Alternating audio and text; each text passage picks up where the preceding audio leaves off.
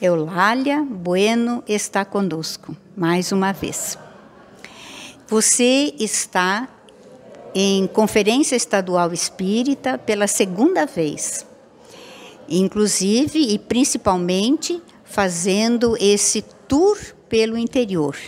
Este ano você foi a 5 cidades e cada uma delas corresponde a uma união regional espírita diferente.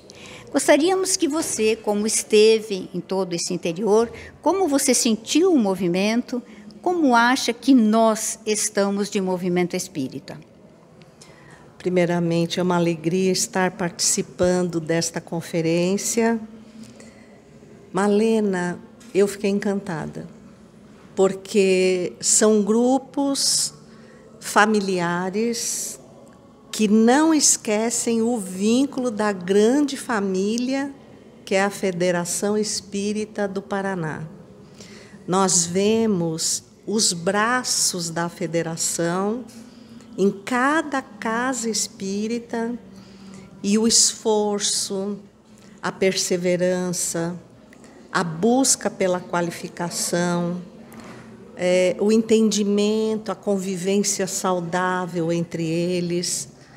Então, talvez olhem e digam que eu fui realizar um grande trabalho viajando por essas cidades, que eu fui levar aprendizado, mas eu recolhi muita experiência, fizemos muitas amizades e a alegria de agora aqui em Curitiba ver os que nós vimos em cidades de muita distância, distantes uma da outra, aqui, no reencontro, no abraço, na alegria. Então, foi muito positiva e eu parabenizo o esforço, o empreendimento de vocês em considerar cada casa como membro da família. Isso é realmente muito positivo e nos faz muito bem ouvir isso. Que possamos prosseguir. Você, além de conferencista, de palestrante, é também escritora. Tem vários livros publicados. Então, nós gostaríamos de saber como são produzidos esses livros. São mediúnicos ou são o fruto das suas próprias experiências que você, como Ivone Pereira, vai descrevendo, sobretudo na mediunidade? E, principalmente, gostaríamos que você fizesse uma abordagem sobre o seu livro, que está em 2ª edição, Ecos do Passado. A nossa experiência, ela transita por todos esses lados. Então, nós temos os de mensagens, mediúnicos, psicografia, semimecânica, pelo Espírito Maria do Rosário del Pilar. Nós temos os romances, que são escritos da mesma maneira, considerando o médium. Não vamos nos comparar nunca a Ivone do Amaral. Mas nós somos levados a revisitar nossas experiências do passado, não para nos louvarmos delas, mas para melhor compreendermos e aproveitarmos a atual existência. Então, vivemos ou revivemos essa situação e, em momentos adrede, preparados antecipadamente com a espiritualidade, a gente se põe a transcrever e, tendo reavivado pela presença do Espírito Teresa, tudo aquilo que deve ser ressaltado, principalmente na questão doutrinária.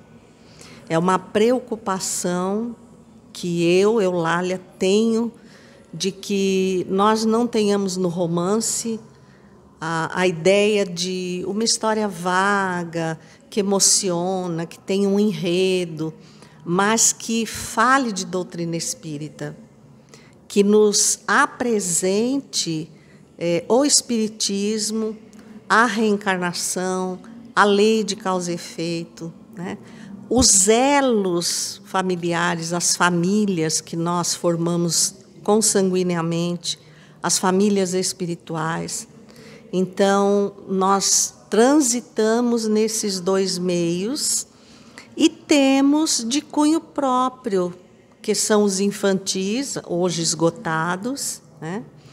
E o Ecos do Passado, a parte do romance, é o único em que eu não estou inserida. Então, ele foi inspirado. E os capítulos referentes a estudo, porque ele é dividido em 2 livros num. Então, tem o romance e tem os capítulos de estudo. Esses foram fruto do meu trabalho, da minha experiência com a mediunidade ostensiva, desde a meninice, e o esforço que eu venho fazendo para estudar cada vez mais a mediunidade, porque a nossa foi sofrida. Nós somos de uma geração em que não tínhamos esse horizonte de estudos que nós temos hoje.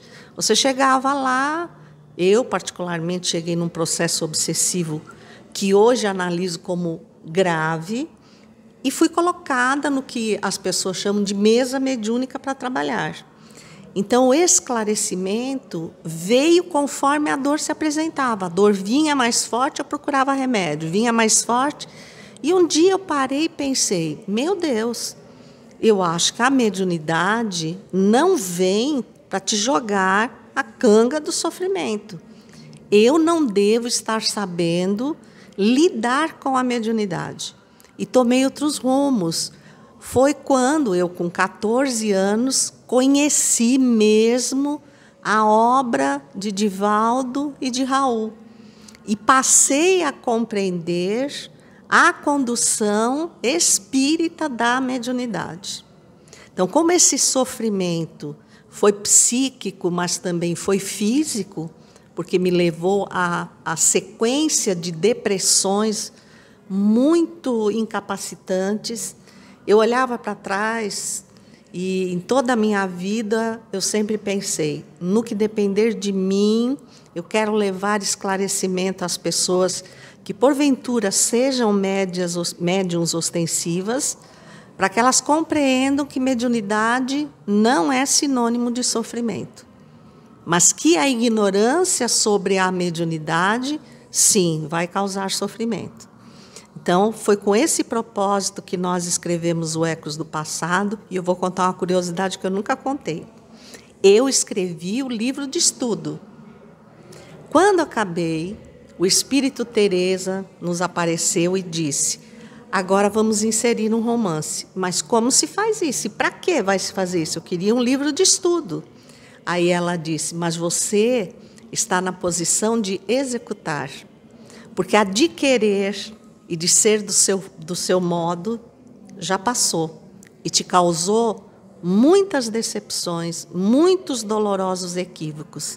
E o romance, infelizmente, ainda é o que atrai a maioria das pessoas. E aí escrevemos o romance depois de finalizado o livro. É interessante essa parte.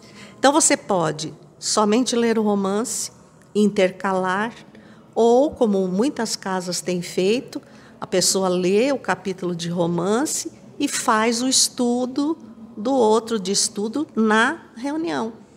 Então, eu tenho vivido experiências muito boas depois do Ecos do Passado, o retorno das pessoas, porque eu procurei falar numa linguagem simples, procurei desconstruir aquela ideia de eu cheguei ao centro num processo obsessivo, você é médium, e se você não trabalhar, nunca na sua vida nada vai dar certo.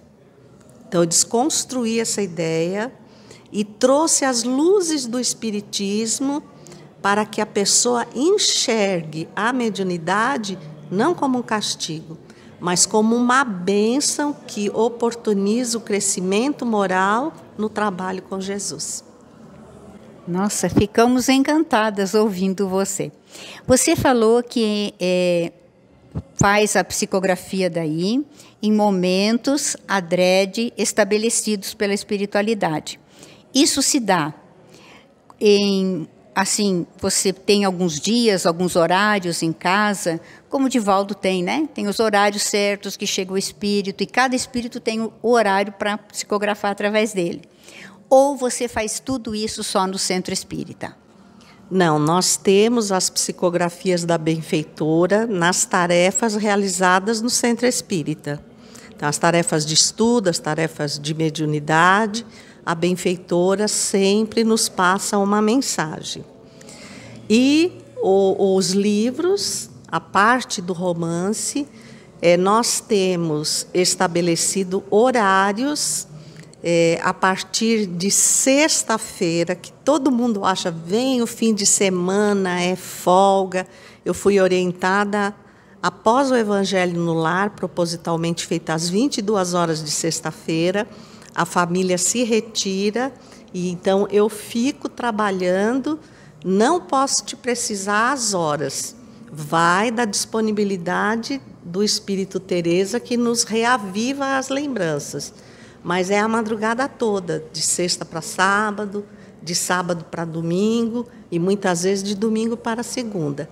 E claro, Malena, médium que pensa que vai ter folga não está trabalhando com Jesus. Quando eles percebem que a gente vai ter um tempinho a mais, já propõe o trabalho. Então, disciplina. E aparece outro trabalho, né? Que interessante. Mas você tem viajado muito. Como é que você consegue, então, conciliar isso? Durante as viagens, também daí acontece esse trabalho de psicografia? Quando a gente está viajando, você sabe que tem a questão local em que nos encontramos, né? Então, a gente procura obedecer aquela regra. Mas, por exemplo, se eu estou num lugar em que eu tenho um seminário no sábado de dia inteiro ou uma viagem exaustiva, o tempo fica mais curto, mas eles nos visitam e nos cobram esse trabalho. E, eventualmente, em visitas às casas, nos convidam para participar de reunião mediúnica. Nós temos, inclusive, psicografias que foram feitas ao término de reunião mediúnica na Mansão do Caminho, que estão na revista Presença Espírita. Então, a benfeitora se aproxima e a gente tem que estar disponível, mas tudo dentro da medida da disciplina. E é sempre a disciplina, disciplina, disciplina. Para finalizarmos, já vamos manifestando aqui a nossa gratidão, Eulália, pelo tempo que nos disponibilizou. E você poderia deixar uma mensagem para os trabalhadores do movimento espírita? Eu acho que a mensagem é o próprio tema central da conferência, o Evangelho, e, acima de tudo, Jesus em todos os momentos da nossa vida.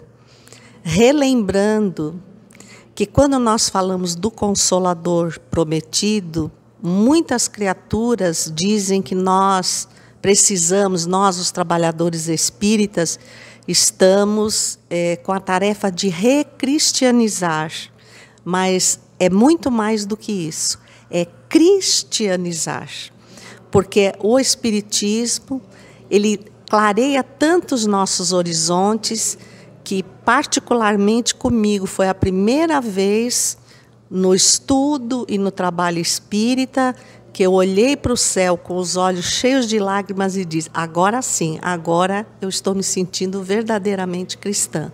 Então, que o sejamos, servindo ao bem e a Jesus. Que assim seja. Muito obrigada, amigos. Até uma próxima oportunidade.